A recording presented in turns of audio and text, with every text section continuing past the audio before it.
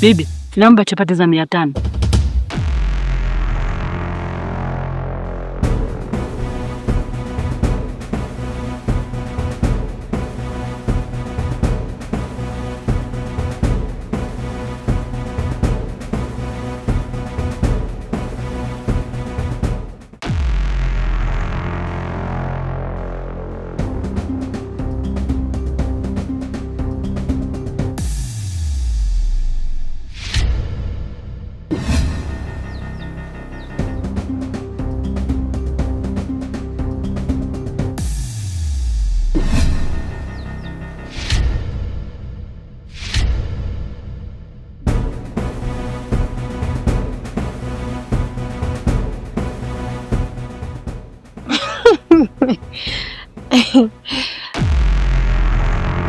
Wewe unacheka nini? Unacheka nini? Wewe binti una adabu eh?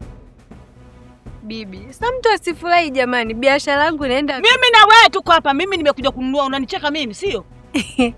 Chukua chapati zako nirudishie hela yangu. Chukua. Nirudishie na hela yangu. Bibi, leo biashara yako imeenda kombo ndugu yangu. Sirudishi hela. Hizi chapati kama uzitaki, sikupi hela. Unanipa hela yangu au unipi? Unataka chukua, hutaki ondoka. Sikupi hela.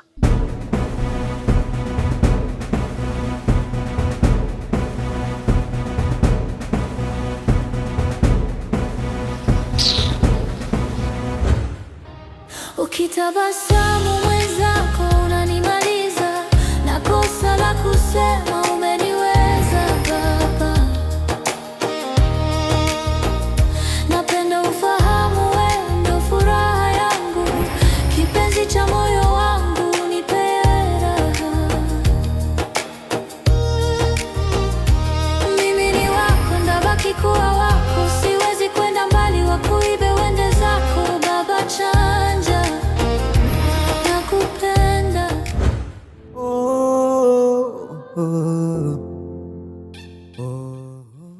Asante sana kwa kuniletea maziwa, lakini nilikomba meeting na haukutokea. Nisamehe sana dada yangu, nilipitiwa. Unajua kuna wakati nakuwa na oda nyingi sana, kwa hiyo naomba nisamehe sana. Okay, usijali, lakini naomba meeting tena kwa mara nyingine. Please, naomba usiniangushe, maana na jambo la muhimu sana nahitaji tuzungumze.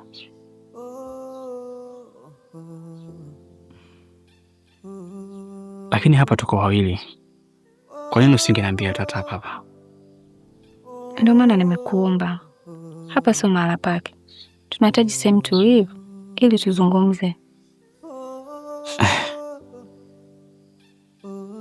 Sawa basi, mimi nitakuja. Ondoa wasiwasi kabisa, nitapambana, nitaweka ratiba zangu vizuri, nitakuja kukuona. Nitafurahi sana. Ni pale pale Utulivu Baa.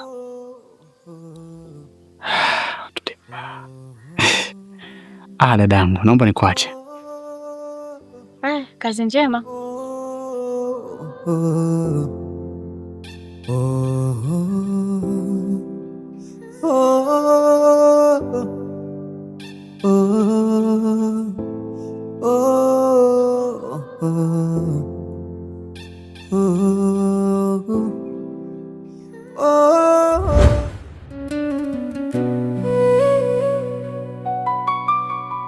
Habari yako?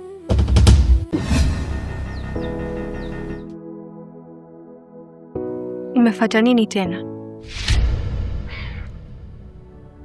Nimeona nije nikuombe radhi kwa sababu naamini siku ile labda nitakuwa nilikosea sana. Pengine sikutumia approaching nzuri kukusimamisha na kutaka kukufahamu. Kwa hiyo dhumuni la mimi kuja hapa ni kukuomba msamaha. Hilo tu ama kuna kingine? Yeah. Ni hilo tu. Unajua moyo wangu umekosa amani kabisa. Na kama unavyojua sisi ni binadamu, tunateleza, tunakosea, lakini tunajisahihisha pale ambapo tumekosea kwa kuomba msamaha. That's why I'm here. Kwa hivyo niko hapa kuitaka radhi yako, naomba unisamehe.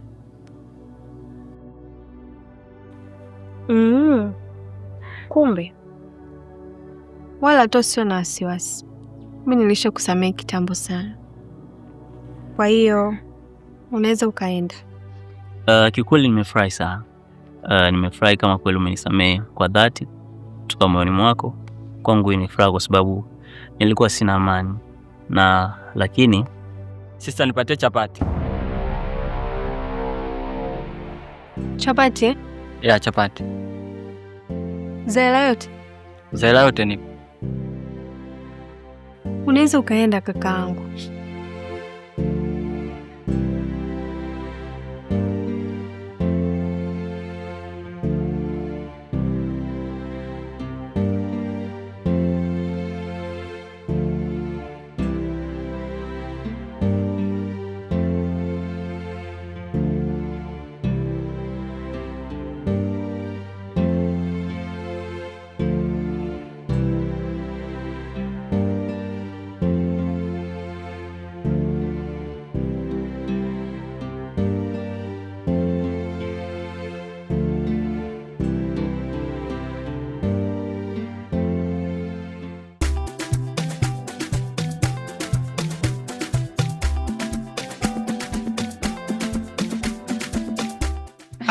Kwega.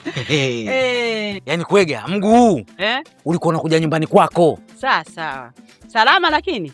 Salamu ina maana gani bwana? Ingekuwa salamu utajiri watu wangekuwa na hela nyingi. Fanya ule mpango. Mpango mimi nimekuletea. Hayo ndio mambo napenda mimi. Mzungu time naitwa. Ninakupa buku. Ndiyo. Yaani wewe kazi yote mimi niloifanya unanipa mimi shilingi 1000? Wewe mjumbe wewe. Mimi nimefanya kazi kubwa sana. Nimeanguka chini, nimegaragara. Wewe shilingi 1000 unashindwa kuchukua? Kwanza nyinyi mnalipwa wajumbe serikalini. Kwa nini unashindwa kuchukua shilingi 1000? Wewe umeanguka mwenyewe au umegonga? Haya, anguka mwenyewe sasa hivi hapo. Nione, anguka mwenyewe sasa hivi hapo. Yaani nimegongwa mimi ili kwa si nilikuwa michongo tu. Unajua bibi, usitaki ukaja kufa kwenye kifua changu. Umeelewa? Bwana nisikiza nikwambie, makubaliano kama tulivyokubaliana ni 2500 yako, 2500 yangu. Kwa kazi gani uliyoifanya nikupe 2500? Hivi idea katengeneza. Unajua mimi usikiza kwa kitu kimoja. Mimi ni mtu wa idea, mimi ni mtu ambaye nina akili nyingi. Mimi serikali nyingi watu wengi wananiita mimi kwa ajili ya kuwapa mawazo. Nimetoka Marekani juzi kwa ajili ya kuzungumza masuala ya uchumi. Nimekuja Mama Samia niko nayo Dodoma, hapa nimetua jana kutoka Dodoma. Unaniambia nini wewe? Asa wewe umetoka Marekani umeenda Dodoma. Mimi ni wa kunisaidia mimi utu uzima kama mimi. Wewe uangalie kama nimeshakuwa mtu mzima. Alafu unanidai nikupe kabisa 2500. Kama utaki hela naondoka nayo. Unaichukua au uchukui naondoka nayo. Wewe ushanunua bidhaa mgengeni na fuela ninasema sema mimi. Mbona itamani? Alafu kujishebedua wewe. Sio kama ile naitaka, sema leo umekuja siku ambayo hata daftari sina. Inakutosha hiyo kwa kazi gani uliyoifanya? Mimi ndio nimefanya kazi kubwa. Nadhalilika mitaani kwa watu wananiona. Alafu nataka shilingi 2500. Wewe na tai yako na msuli wako nikupe 2500. Kwa kazi gani uliyoifanya? Ujue ya juza wewe usinitafutie matatizo. Umeelewa sijui? Sasa sikiza kwa kitu kimoja. Basi fanya kitu kimoja. Nipe hata 2000 basi kwa kila siku. Sikupi hata shilingi 2000. Kwanza wewe unajitangaza umetoka Marekani, umetoka Dodoma, una miera chungu nzima. Mimi ndio kunisaidia mtu mzima. Alafu unataka 2500 kwa kazi gani uliyoifanya? Hela zangu ziko nazo dola, bado sijaenda euro change kuchange. Umetoka Marekani. La, mapeli tu. Hapa kweli nimeingia kwenye mlango wa kutokea. Kibibi kina mvi utafikiri nimeweka poda kichwani vile. Yaani mimi idea zote nilizotumia nimemshawishi, nimemtengeneza yule mtoto watu kukubali kutoa 5000, ananipa mimi buku. Buku inakia siku ndo nitakalamba buku. Ila Nyerere hapa kapendeza. Tafayaje? Hivi nilikuwa naenda wapi? Naenda huku naenda. Niko nafuata hela, basi ngoja nirudi ndani.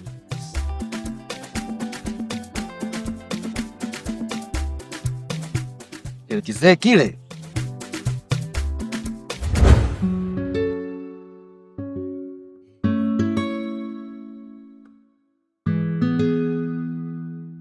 Karibu sana ndugu yangu. Asante sana. Karibu sana. Asante. Pole bwana kwa majukumu. Nashukuru. Lete maneno. Biashara inaenda vizuri, lakini changamoto zimekuwa nyingi kuliko faida. Ndani ya wiki moja nimekutana na changamoto nyingi sana, kiasi kwamba ningekuwa na roho nyepesi ningekata tamaa. Kuna bibi mmoja hivi, kizee, na mwonaga natembeaga kimti, anakaa hapa mtaani. Ile siku ya kwanza ambayo naingia kazini, sijafanya biashara, sijauza chochote kile, nikamgonga bibi wa watu, kesi kwa mjumbe. Huku na huku kuvutana, inatakiwa shilingi 5,000 kila siku. Kama unavyojua basikeli yenyewe hii hapa, umenidhamini ndugu yangu, nitoe shilingi 2,000, bibi nimpe 5,000, nyumbani napata hela chakula. Nilisi kupagawa ndugu yangu. Twiz, mimi nimekusikiliza kwa utulivu sana, lakini kabla sijaongea chochote kuhusiana na huyo bibi, nataka nikujenge na kitu kimoja. Mara zote usiku unaaminika kwamba una giza na hilo giza linatisha. Ndio maana kila mtu hujifungia nyumbani kwake. Lakini usiku huo huwa ndio muda sahihi wa sisi binadamu na viumbe wengi kujitafakari kwa yale yote tuliyoyafanya mchana. Kama yako makosa, tujirekebishe ili siku mpya atakapoanza tuwe wapya na tusirudie tena makosa. Basi ni hivyo hivyo na changamoto. Changamoto ni kitu kibaya sana. Kila binadamu anaamini hapendi kupata matatizo, lakini nakuhakikishia, matatizo ama changamoto ndiyo muda pekee tunaoweza kujitafakari na kuona nini tufanye na nini tusifanye. Kwa kwanza, usikate tamaa na hizo changamoto, zitumie kama fursa ya kujiboresha zaidi. Na kuhusiana na huyo bibi ni miayusho, namfahamu sana. Huwa akijitapatapa na kuwapiga watu mikwala, anajifanya mchawi, kumbe ni mganga njaa tu. Anawatia watu hofu ili aweze kupata pesa. Kwa hiyo kwenye hilo jambo la kumlipa shilingi 5,000, kama ungenishirikisha mapema, mimi nisingeafiki. Hivyo nataka kujua, hiyo shilingi 5,000 unaikabidhisha wapi? Hiyo shilingi 5,000 namkabidhi mwenyewe, lakini niliweza kumfuata mjumbe nikamwambia hapana, sitoweza kuendelea kutoa hiyo pesa. Mjumbe akanikazia akasema lazima utoe pesa kama tulivyokubaliana. Lakini nikimwangalia sidhani kama yule bibi ni mgonjwa. Mjumbe? Mjumbe wako.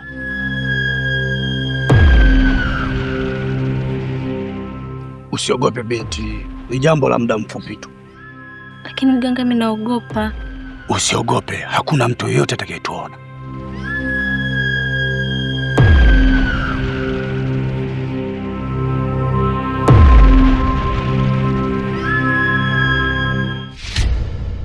Kumbe ndo ujinga unaofanya, si ndio?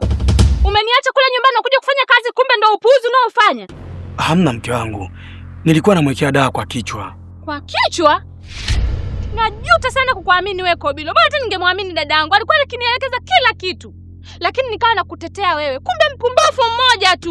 Ndio ujinga unaofanya tena hapa kazini kwako. Sina maana hiyo unafikiria mke wangu. Nilikuwa namwekea dawa kwa kichwa. Hivi unajielewa unachokisema wewe? Au unaongea tu ili kujifurahisha? Sasa leo subiri nikufurahisha.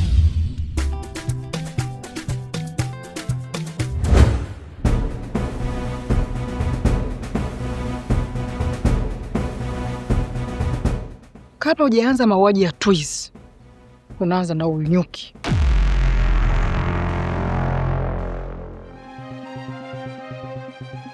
Sawa boss. Kazi ndogo sana kwangu. Hilo limeisha. Naomba unisikize kwa makini.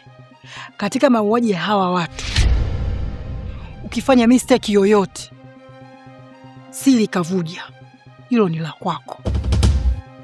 Mimi sitohusika kwa chochote. Sawa. hakikisha uache ushahidi wa aina yoyote. Umenielewa? Nimekuelewa bosi, talifanyia kazi.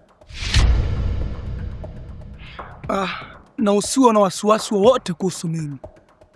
Sijawahi kufeli kwenye kazi zangu.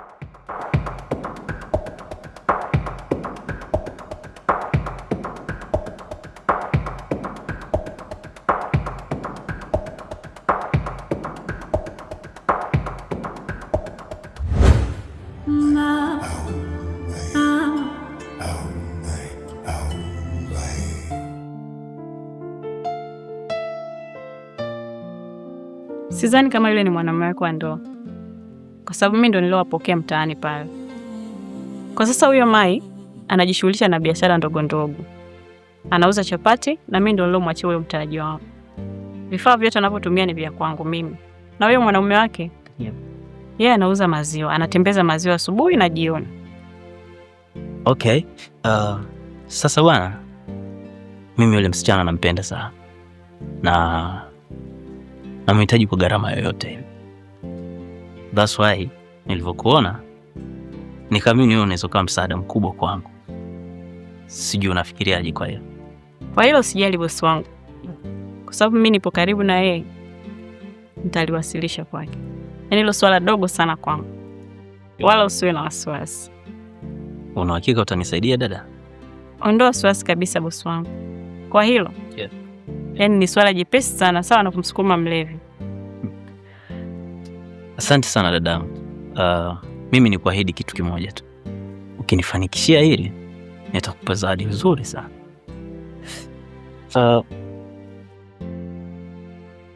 Nadhani unaweza kufanya kama pocha, right? Kwa ajili ya kuwasiliana. Asante sana boss. Ondoa wasiwasi. Asante. Na nashukuru kwa muda wako.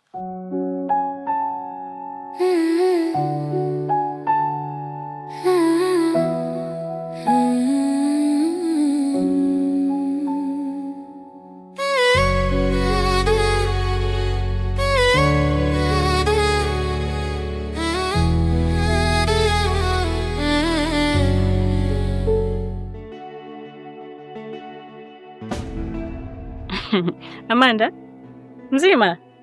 Unaweza kuniambia mlikuwa mnaongea nini pale? Aha, pale. Tulikuwa tunaongea tu mambo ya kawaida, biashara nini. Kwani kuna tatizo lolote? Unanidanganya eh? Hapana, wala hata sikudanganya. Mbona ni ukweli? Kwani na wasiwasi na mimi? Eti Amanda. Nimesikia kila kitu ninachozungumza pale. Sasa nakupa onyo. Hayo mliozungumza, kienda kumwambia mama, nitakuonyesha. Unasemaje? Bila shaka umenielewa.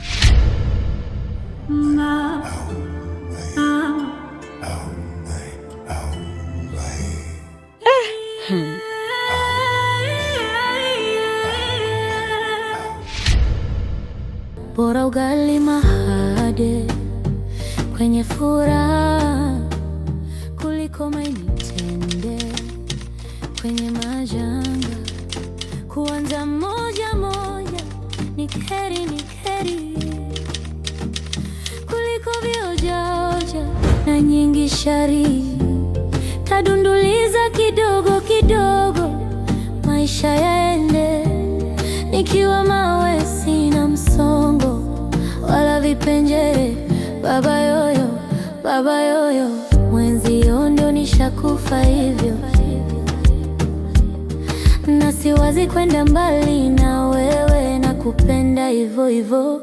Bora ugali mahade kwenye furaha kuliko mainitende kwenye majanga. Vumilia kipenzi, yatapita matatizo, na kupenda lazizi. Tukikosa leo tutapata kesho. Vumilia kipenzi, yatapita matatizo, na kupenda lazizi. Tukikosa leo tutapata